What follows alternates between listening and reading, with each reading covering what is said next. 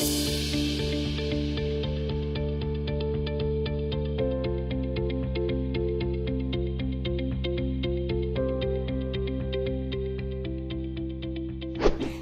to Miner Enterprises Constant Contact Side Bearing Training. Providing customers with quality railcar parts since 1894, Miner began making constant contact side bearings in the early 1980s. Since then, we've led the industry in their development. Miner TecsPak constant contact side bearings help minimize railcar life cycle costs by providing exceptional, proven control over a variety of railcar truck conditions. There are three main conditions that can be significantly improved upon with proper inspection, installation, and maintenance. Follow along as we explain. Truck hunting is a lateral instability in which the truck shifts side to side and creates excessive wear to the truck components, the car body, and potentially to the commodity. Roller side bearings do not contact the car body and provide no resistance once a truck begins to hunt. Miner constant contact side bearings apply a vertical force between the car body and the truck, creating frictional turning resistance, which controls truck hunting. Uneven track can cause a car body to rock back and forth and experience severe impact loads when going solid on the rollers. This causes the car body to rock and roll with no way to stabilize itself. Miner constant contact side bearings are equipped with a non-metallic spring material called TecsPak, which is combined with long travel to isolate the car body from the track irregularities and dampen roll. This prevents excessive car body roll and severe impact loads transmitted to the car body, which reduces damage to the car body and truck. When a car enters a curve, the leading truck will elevate on one side to match the curve's super elevation, while the trailing truck will remain level with the tangent track. At this point, the car body goes solid on the roller and possibly lifts off the center plate. The red arrow indicates a high vertical load being transferred from the car body through the wheel into the rail on this side of the truck. At the same time, the other side of the truck is actually experiencing wheel unloading. The blue arrow represents a much smaller load through the opposite wheel. This phenomenon can result in high L over V's and severe wheel unloading, both of which are dangerous situations. If the same car is equipped with Miner long travel constant contact side bearings, the side bearing will compress but not go solid on the car body. This equalizes the vertical wheel loads on either side of the leading truck, which is represented by the green arrows. After the entire car is in the body of the curve, the car body will then become parallel with both trucks. During this training, we will explain how to identify your side bearing, cover general information regarding Miner's TecsPak pads, AAR Rule 62, and Miner inspection and installation procedures. You will also learn the importance of proper setup height measurement. This is key to proper side bearing performance and especially over the conditions we just mentioned. What is setup height? Setup height is the vertical distance measured between the truck bolster side bearing mounting surface and the underside of the car body wear plate. And it directly affects preload, which is the force produced when the side bearing is at the proper installed height. For example, if the setup height is too high, the truck will have insufficient preload, which results in hunting at lower speeds. On the other hand, if the setup height is too low, the truck will experience excessive preload, which increases the turning resistance of the truck. This is good for hunting control, but it is not effective when the car is negotiating a spiral or a curve. You want the truck to be able to steer in and out of the curve. Now let's take a look at the Miner line of constant contact side bearings and how to identify them. The TCC series is Miner's first generation of standard travel side bearing. They are currently available in preloads of 4,500 and 8,000 pounds. As with all Miner constant contact side bearings, the model name will designate the preload. The 2600 is no longer in production and a replacement is available. Next came the TCC-II series, our first long travel side bearing, which was available in preloads of 2,500, 3,500, 6,000, and 8,000 pounds. This side bearing is no longer in production and can be replaced with either our TCC-III or TCC-IV series with the appropriate preload. The TCC-III series is available in standard travel, roller assist standard travel, and long travel versions. The TCC-III ST and RA series has a 5 1/16 inch setup height with 5 16th inches travel. The marking for identification is here. The TCC-III LT series has a 5 1/16 inch setup height with 5/8 inches travel, and the marking for identification is here. The TCC-IV is designed to reduce the effect of heat caused by high-speed, high-mileage service. Cast-in markings are all found in the same location as the TCC-III series, as is typical on minor constant contact side bearings. The next grouping of bearings are referred to as our retrofit series. They are engineered for long travel and come in 5 1/16 inches standard setup height. These include the TCC-45 and 60 LTR, which are installed into a 688B double roller cage. Also available are 3 block-style retrofit weld-on models and 1 bolt-on retrofit model. They are engineered for long travel and come in 5/8 inch setup height. The TCC-LTLP and the TCC-LTLP-B models are characterized as a block style, short pocket, low profile side bearing.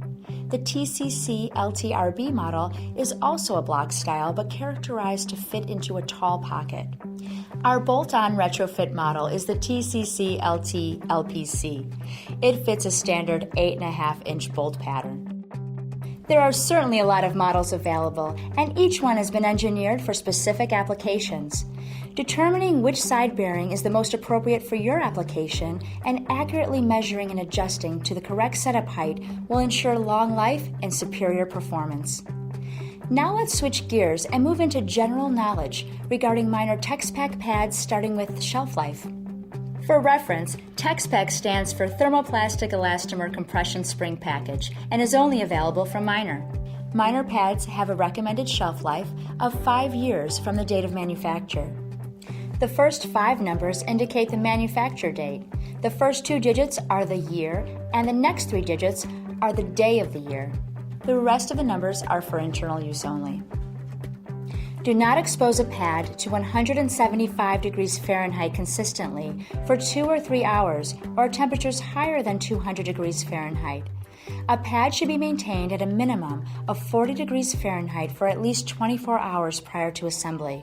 And always remember, never weld near a TecsPak pad.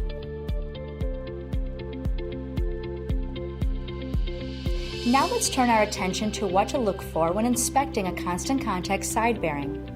Let's begin with a field inspection that determines whether a car needs to be repaired or adjusted before returning to service. Don't forget, in order to achieve the maximum benefits of the constant contact side bearings, you should always perform a thorough inspection, ensure proper installation, and perform maintenance on a regular basis. Always follow AAR Rule 62 guidelines. The first thing you should do is perform a visual inspection of the side bearing while it's still on the car. This includes looking at all aspects of the application, including fasteners that may be loose on the housing or wear plate. In a block-style application, inspect for an uneven housing, sometimes due to a cracked weld, allowing a wedge to be forced down under the housing. The wedges themselves may be missing entirely, and any cracked weld needs to be addressed immediately. The next thing you should do is measure setup height. We're going to be talking about setup height a lot from here on out because whether you're inspecting or installing, this is a critical factor for proper installation and optimal performance. And there are best practices to ensure you've measured it correctly. Here's the best method to ensure a correct measurement reading. For standard height side bearings, measure the setup height by taking the measurement between the truck bolster's side bearing mounting surface and the underside of the car body wear plate, using inside calipers and a steel rule. Measurements should be taken nearest to the center of the housing on the outboard side of the bolster. For low-profile side bearings, measure the setup height by taking the measurement between the top corner of the housing and the underside of the car body wear plate, using inside calipers and a steel rule or -40766B triangular aluminum gauge. The sum of pairs method is only to be used in the field to determine if the car will need to be readjusted in the shop. Regarding orientation of the car, B is always the end with the handbrake, except in an articulated or multi-unit car, which usually has the B end marked. A is looking forward. Right and left side are oriented from the B end. Measure and record the setup height for all 4 side bearings. Now make a total of 4 calculations. Add together both measurements for the A truck, the B truck, then for both diagonal pairs. For each calculation, you must compare the result to the condemning criteria. If any of the 4 calculations comes out to a value less than 9 3/4 inches or greater than 10 1/2 inches, the car needs to be sent to the shop for setup height adjustment. For low-profile side bearings, the sum of pairs calculations follow the same locations. Again, add together both measurements for the A truck, the B truck, then for both diagonal pairs. The low-profile condemning criteria is 7/8 inch to 1 5/8 inches. All locations pass, and this car needs no adjustment. For articulated cars, sum of pairs refers to side bearings laterally across from each other. Here's how it's done. Take measurements starting with either the XY axle or the number 1-2 axle. This designation varies between car builders, so refer to stenciling on the car. Also note whether the first articulated axle from the end you begin is male or female. Even with one failure, the car will need to be sent to the shop for adjustment. Again, remember that for articulated cars, setup heights can vary from car builder to car builder, and always refer to the stenciling on the car. We have also developed tools that automatically do the calculations. Those can be found on our website, and more detail can be found in our field guide.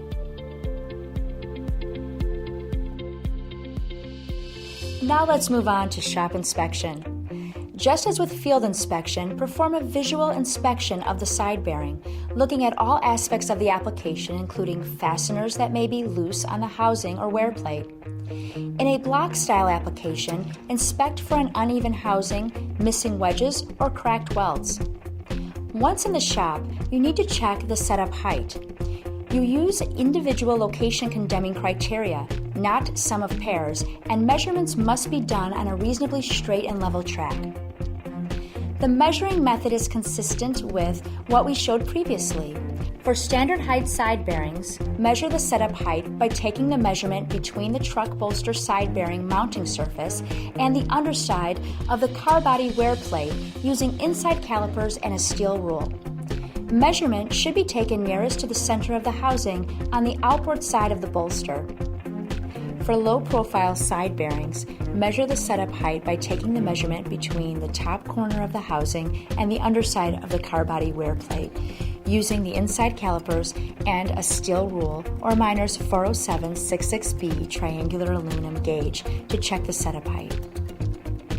Here is the individual location condemning criteria.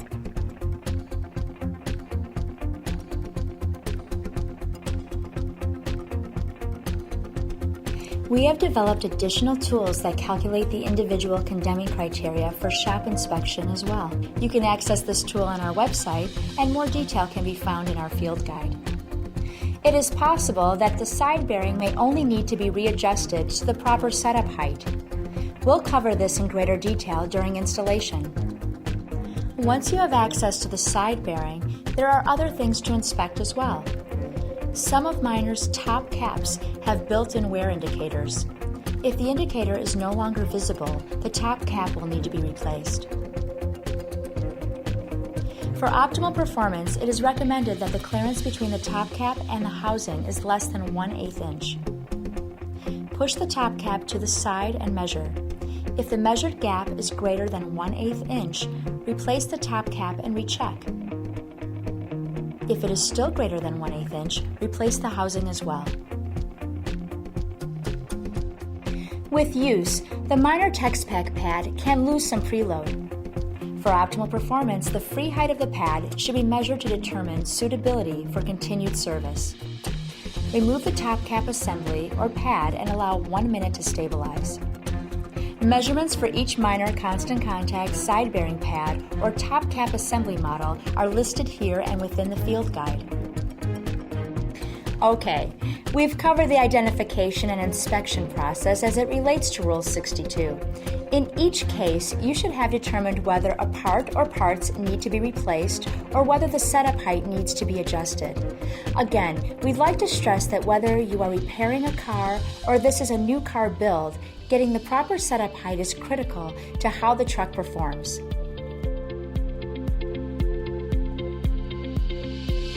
We will now discuss setup height dimensions. We've gone through the identification process and there are two categories, each with different setup height criteria. The standard setup height is 5 1/16 inches plus or minus a 1/16 inch. The minor constant contact side bearing models that utilize this setup are the TCC, TCC-II, TCC-III, TCC-IV, and the TCC-LTR series.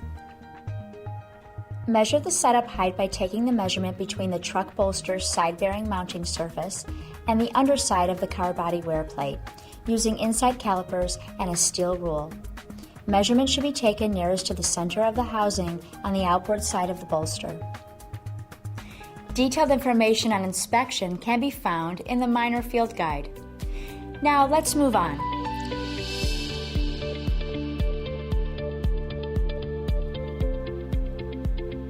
Depending on your application, here is the procedure to get this car back in service. First, you should inspect the wear plate and mounting surface. The car body wear plate must conform to AAR S235 guidelines. For the mounting surface, you should refer to both AAR S394 and S3013. To begin with, the wear plate and mounting surface must be smooth. Remove weld spatter, heavy rust, or surface projections by grinding. Fastener heads should be securely tightened and not protruding below the wear plate surface. A 12-inch straight edge is helpful for checking the flatness of the car body wear plate. For bolt-on applications, fastener recommendations and specs can be found in the field guide. Minor does not have a preference for bolt head orientation. However, Minor's TCC-III RA model is an exception and requires a flat head bolt. Now it's time to check setup height and make adjustments. Car body wear plate shims must be added or removed to achieve the proper setup height. Anytime you adjust the side bearing setup height, you need to remove the top cap or cap assembly. For example, if the setup height measured is 4 15/16 inches, you must remove the car body wear plate and remove a 1/8 inch shim to achieve a 5 1/16 inch standard setup height. If the height measured is 5 3/16 inches, you must add a 1/8 inch shim to achieve a 5 1/16 inch standard setup height. For articulated cars, follow the stenciling on the car. There are other things to keep in mind too. If a new elastomeric horizontal center bowl liner or lube disc is used, add 1/16 to the setup height. For new car applications, it is recommended to add a thin coat of lithium lubricant to the top surface of the top cap to help reduce the frictional resistance during the break-in period. Minor does not recommend lubrication when new side bearings are applied for maintenance. However, this is at the discretion of the car owner. Care should be taken when applying lubrication during maintenance to ensure hunting performance is not compromised. Let's cover each side bearing assembly one by one, starting with the TCC series. Install top cap assembly into housing with the metal cap up. Ensure that top cap end slots mate with housing lugs. The TCC-8000 has no lugs, and TCC-4500 has one. The following will be the final assembly for TCC-III and TCC-IV. A lockout feature between just the housing and pad is built into all TCC bolt-on models, except the TCC-LTLP-C. This feature prevents the installation of a high preload pad into a low preload housing. 4 housing post diameter sizes ensure correct pad preload. The TCC-IV also features housing post diameter sizes corresponding to pad preload, with a color-coded insulator to make identification even easier. Recheck of the setup height should be done after any side bearing has been installed and the car body lowered onto the truck. Initially, the setup height will probably be higher and settling of the pad needs to take place.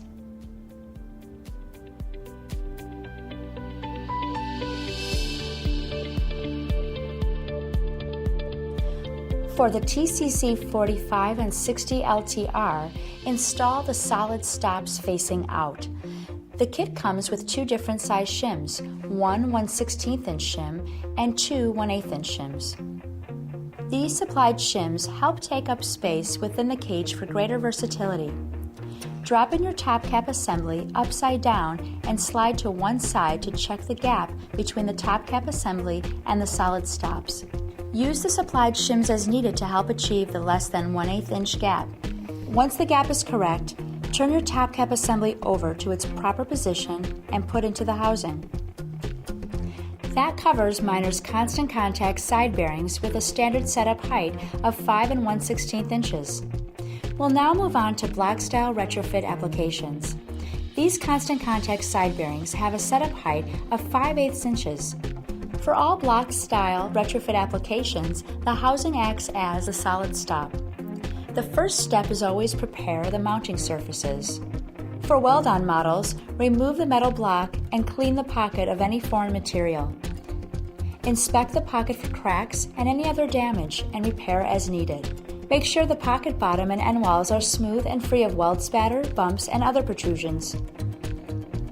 To determine which model to use, you need to take length and width measurements of the pocket.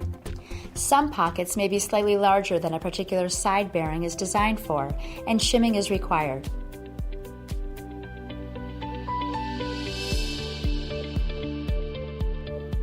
One key thing to look for is to test fit the side bearing within the pocket, making sure the wedges do not hit the pocket floor before contacting the end wall.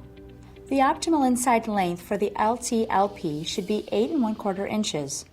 If the pocket is longer, shimming is required. Ultimately, the side bearing must be centered within the pocket and the housing shifted toward the outboard side of the truck bolster. Estimate the shim thickness needed and fabricate out of a mild, weldable steel material. Allow 1/4 inch on the 2 ends and top to allow room for welding. This also applies to pocket width too. If there is a gap greater than 1/4 inch, shimming the width is required. Estimate the shim thickness needed to reduce the pocket width to between 3 1/4 inches and 3 3/8 inches. Again, the shim should be 1/4 inch shorter on the ends and top to allow enough room for welding. Weld shims in place. If the pocket wall is taller than the housing, either add steel shims under the bottom of the housing covering the entire pocket floor or remove enough material from the top of the pocket wall to ensure the housing is above the pocket wall to within a maximum of 3/8 inch. More detailed information on all these specifications can be found in the field guide. Remember to install with housing shifted toward the outboard side of the truck bolster. Without the top cap assembly in place, measure the setup height. Always remove the top cap assembly when adjusting the setup height during installation. If the setup height is not within the height requirement, adjustments are required. Add or remove shims from between the wear plate and the car body as needed to achieve the correct setup height. In some cases, proper setup height may not be achievable, and therefore it is permissible to use a 3/8 inch wear plate according to AAR Field Manual Rule 61. If the side bearing clearance still cannot be adjusted, the use of a one-piece steel center plate shim per Rule 47 is permissible. Now the final step is to secure the housing with the wedges in place. Securing the housing requires welding wedges to the pocket. Recheck of the setup height should be done after any side bearing has been installed and the car body lowered onto the truck. Initially, the setup height will probably be higher and settling of the pad needs to take place.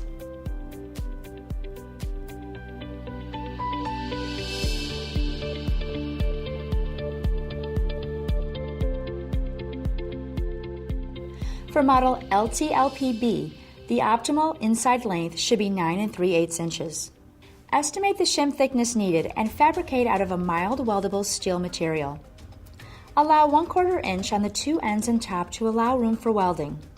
Also estimate the shim thickness needed to reduce the pocket width to between 4 1/4 inches and 4 3/8 inches. Weld shims in place. If the pocket wall is taller than the housing, either add steel shims under the bottom of the housing covering the entire pocket floor, or remove enough material from the top of the pocket wall to ensure the housing is above the pocket wall to within a maximum of 3/8 inch. Remember to install with housing shifted toward the outboard side of the truck bolster. Without the top cap assembly in place, measure the setup height. Always remove the top cap assembly when adjusting the setup height during installation. If the setup height is not within the height requirement, adjustments are required. Add or remove shims from between the wear plate and the car body as needed to achieve the correct setup height. In some cases, proper setup height may not be achievable, and therefore it is permissible to use a 3/8 inch wear plate according to AAR Field Manual Rule 61. If the side bearing clearance still cannot be adjusted, the use of a one-piece steel center plate shim per Rule 47 is permissible. Now the final step is to secure the housing with the wedges in place. Securing the housing requires welding wedges to the pocket. Recheck of the setup height should be done after any side bearing has been installed and the car body lowered onto the truck. Initially, the setup height will probably be higher and settling of the pad needs to take place.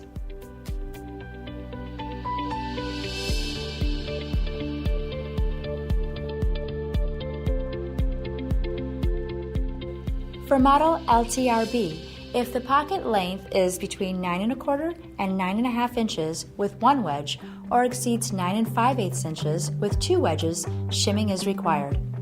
Estimate the shim thickness needed and fabricate out of a mild weldable steel material. Allow 1/4 inch on the two ends and top to allow room for welding.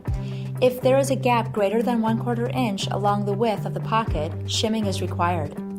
Weld shims in place. Remember to install with housing shifted toward the outboard side of the truck bolster. Without the top cap assembly in place, measure the setup height. Always remove the top cap assembly when adjusting the setup height during installation. If the setup height is not within the height requirement, adjustments are required. Add or remove shims from between the wear plate and the car body as needed to achieve the correct setup height.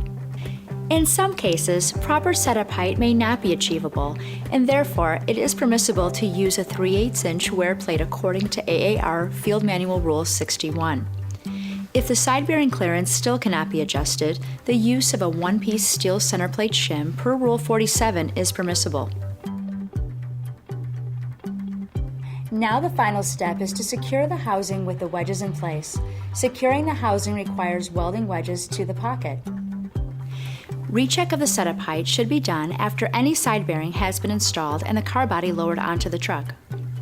Initially, the setup height will probably be higher and settling of the pad needs to take place.